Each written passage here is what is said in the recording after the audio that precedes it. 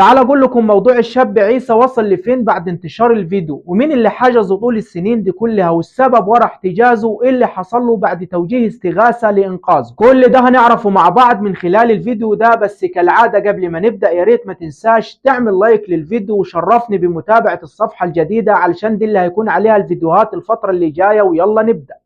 عيسى هو يا اولاد، عيسى هو يا ولاد. جملة اتقالت من شاب في فيديو تصور وتسرب لتوجيه استغاثة وإنقاذ عيسى بعد سنين من احتجازه. عيسى هو يا ولاد. اشرب يا هلا. عايز ايه يا هلا؟ اشرب.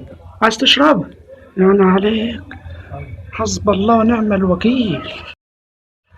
عيسى هو يا ولاد. حسب الله ونعم الوكيل فيك يا عبدو يا ابن فريد. ومن بعدها طلعنا واتكلمنا عنه ونشدنا الجهات المختصة لسرعة إنقاذه. الفيديو انتشر بشكل كبير جدا، واتصدمنا أكتر بكلام أهل القرية اللي أكدوا كل حاجة حاصلة في الفيديو. عيسى فعلا طلع شاب متعلم محترم، كان ليه أصحابه، كان مكافح وبيشتغل، ودي بشهادة الناس أصحابه. بعد انتشار الفيديو أهل القرية اتصدموا وما صدقوش اللي حصل فيه. البعض منهم كان مفكره مسافر، والبعض منهم كان فاكره مات. أيوة بالظبط زي ما سمعت كده. بعد اختفاء عيسى لسنين ناس من اهل القرية كانوا مفكرينه مات. مش بس كده، ده كمان ناس من اهل القرية لما راحوا البيت وشافوا عيسى هناك قالوا اللي في الفيديو حاجة والواقع الأليم حاجة تانية خالص. قالوا اللي في الفيديو ما يجيش 1% من حجم المعاناة اللي بيعيشها عيسى على ارض الواقع داخل البيت اللي محجوز فيه لمدة سنوات. وبسرعة الجهات المختصة بمحافظة الدقهلية وبالتحديد مركز ميت غمر كل التحية والتقدير ليهم، مع انتشار الفيديو اتحركوا على البيت، دخلوا البيت وقبضوا على والده لاتخاذ الإجراءات القانونية معاه، وأخذوا الشاب عيسى والحمد لله دلوقتي هو في إيد أمين. أما عن سبب احتجاز الشاب عيسى طول السنين اللي فاتت دي فركز معايا في اللي جاي. اتقال إن عيسى كان شاب متعلم محترم مؤدب مكافح، الكل بيحبه وبيشهد بأدب واحترام، لحد ما جه وقت وتعب شوية بسبب تكرار المعاملة الوحشة اللي كان بيعاملها له والده، وكانت بتوصل إن هو كان بيمد إيده عليه، مد إيد بشكل صعب وطرد من البيت ومعاملة وحشة وغيره وغيره. وده اللي وصلني لحد دلوقتي. تعب في الفترة دي. المهم انه كان لازم يتعالج، مع العلم ابوه مقتدر وعنده ارض. قال انه بدل ما يعالج يوديه للمكان الصح اللي فيه رعاية وياخد بايده، لا،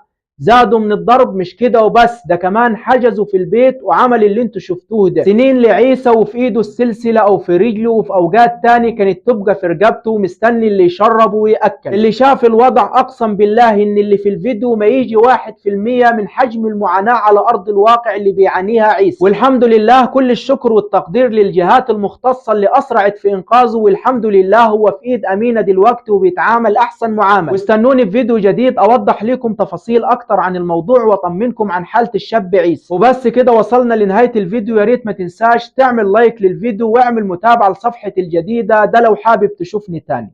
اشوفكم على خير، والسلام عليكم ورحمة الله وبركاته.